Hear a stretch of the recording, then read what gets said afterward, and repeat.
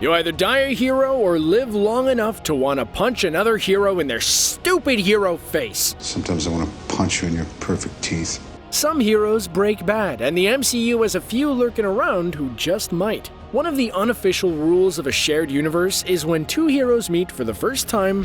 I'm Clint. I'm Scott. I'm not a girl, I'm a boy. I'm a man. They fight. It's easy to understand. Good guys wear garish costumes. Bad guys wear garish costumes. How do you know what side they're on without asking what their mother's name is? But just like wrestlers go from hero to heel, some heroes end up switching sides for various reasons. Here are 10 bad guy time bombs hiding out in the MCU.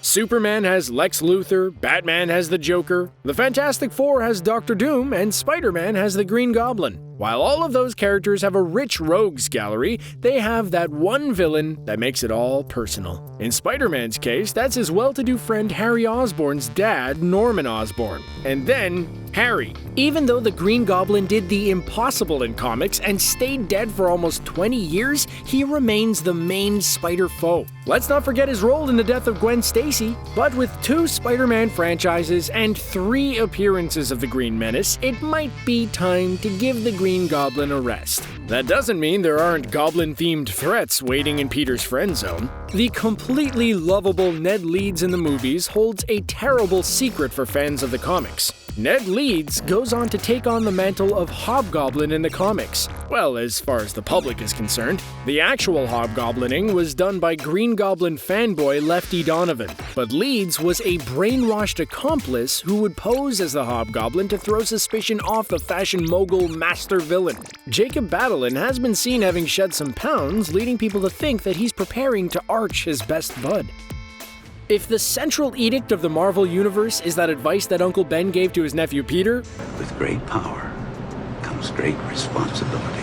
yeah, you know the one. Well, Wanda Maximoff has a whole lot of responsibility because she has a whole heaping helping of power. And she hasn't always been able to maintain control. Part of that stems from the fact that no one is entirely sure exactly how powerful she really is. This has led to some tragic accidents, and in one story that by all accounts seems to be the one that's about to unfold on screens, she has rewritten the very fabric of reality itself. Several times! WandaVision and Wanda's role in the upcoming Doctor Strange and the Multiverse of Madness all point to one of Wanda's biggest moments in the comics. The House of M saw Wanda's power and mental state become such a problem that the X-Men and Avengers had to come together to figure out what to do about it. This led to Wanda doing something about it on her own by rewriting reality so that mutants were in charge and humans were the oppressed group. When that didn't make everyone happy, she just got rid of mutants. All signs point to this being one of the pathways for mutants to enter the MCU,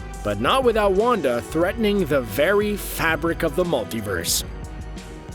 This is another kinda easy one because the Hulk has been both the villain and the good guy in every movie he's appeared in. That's just the nature of the Hulk. He tore up a helicarrier before he bounced Loki around Stark's sitting room. He destroyed half of Johannesburg before crushing a bunch of Ultron drones. He fought Thor on Sakaar before fighting with Thor.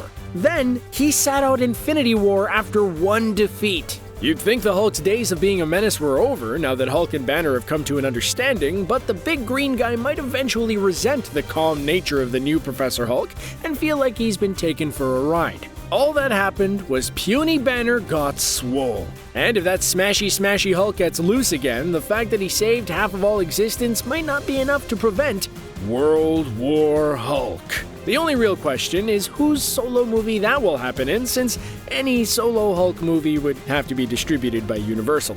We have learned so much about the complicated nature of film rights after the shared universe came to be. This one is a little trickier. First of all, in the vastness of space aboard the Benatar, the idea of good guy and bad guy is a little fungible. If that weren't complicated enough, one of their own is no longer the one of their own that they know and love. Gamora was sacrificed in Thanos' quest for the Soul Stone, but thanks to the magic of time travel and shenanigans, a previous Gamora from another timeline has been left in the MCU's present and current timeline reality. The only problem is that she hasn't gone through Peter Quill's relentless courting and the feeling of actual family in the team of misfits. So, while she went over the cliff as the moral center of the Guardians of the Galaxy, the future past Gamora, while on Team Thanos shouldn't get the gauntlet, was still wiping out half of a people manually just before that. While she knew that she had a relationship with Peter in the future, she didn't seem thrilled by the idea. She ghosted out after the final showdown with her pops, indicating that she is bound to make her own path. Gamora doesn't have a lot of patience for people who don't take the hint, and Star-Lord doesn't do hints, meaning the two are on an adversarial crash course yet again. Marvel Studios managed to pull a fast one by having us guessing at who Jude Law would play in the movie, and the real shock and surprise was that the Skrulls, shape-shifting aliens locked in a millennium-long war with the Kree, were actually the good guys, just refugees fleeing an oppressive colonial power. This is in sharp contrast with the Kree-Skrull War in the comics, where Earth just happens to be halfway between the two empires. In that conflict, there are no good guys and bad guys, just two societies of space jerks who really don't care what happens to Earth as long as their foe is vanquished. The Skrulls have even decided at points that Earth was promised to them. Talos of the comics is the rare Skrull who can't shapeshift, but to make up for it, he became such a brutal military leader he was called Talos the Untamed. Playing a long game where he convinces Earth's mightiest that he is actually a good guy so he could secretly invade the Earth, well, that would be the kind of thing we'd expect from Talos the Untamed. While we're on the subject of Captain Marvel, just like any really powerful superhero, the biggest threat in any story is that they'll take that power and turn on everyone instead of being the good guy so that their biggest enemy is temptation or their own anger and judgment. That went south for Carol Danvers in her Miss Marvel days when she met a mutant who would go from villain to hero, Rogue. With Rogue's ability being absorbing the powers and memories of the person she touches, Rogue ended up absorbing Danvers' powers and memories permanently. This is the golden moment for the shared universe. The Fox Mutantverse couldn't include the flying and invulnerable Rogue that we know from the comics because there was no Carol Danvers. With the two characters back under the same roof, they're destined to meet. This could result in another bout of memory loss for Danvers that will make her a villain that Lieutenant Trouble, Monica Rambeau, has to deal with, who just so happened to have been a Captain Marvel on her own. The Black Panther movie centered around the conversation of what the nation of Wakanda stood for and what was its responsibility to the outside world. While generations before have felt that it was important to keep Wakanda a secret, members of the new generation thought that Wakanda bore a responsibility to its neighbors. This was especially true of War Dogs, or the children of War Dogs. While Killmonger, T'Challa's long-lost cousin, felt that Wakanda should upend the power structure, Nakia took a more targeted approach. In the comics, there's even less daylight between her and Killmonger. Instead of being a childhood friend, she's a former Dora Milaje who became jealously attached to T'Challa, who Killmonger helped turn into the villain Malice. Now, it may be that Nakia doesn't take the death of her childhood friend well and blames her fellow Wakandans. Either way, this comic book villain isn't likely to stay good on the big screen.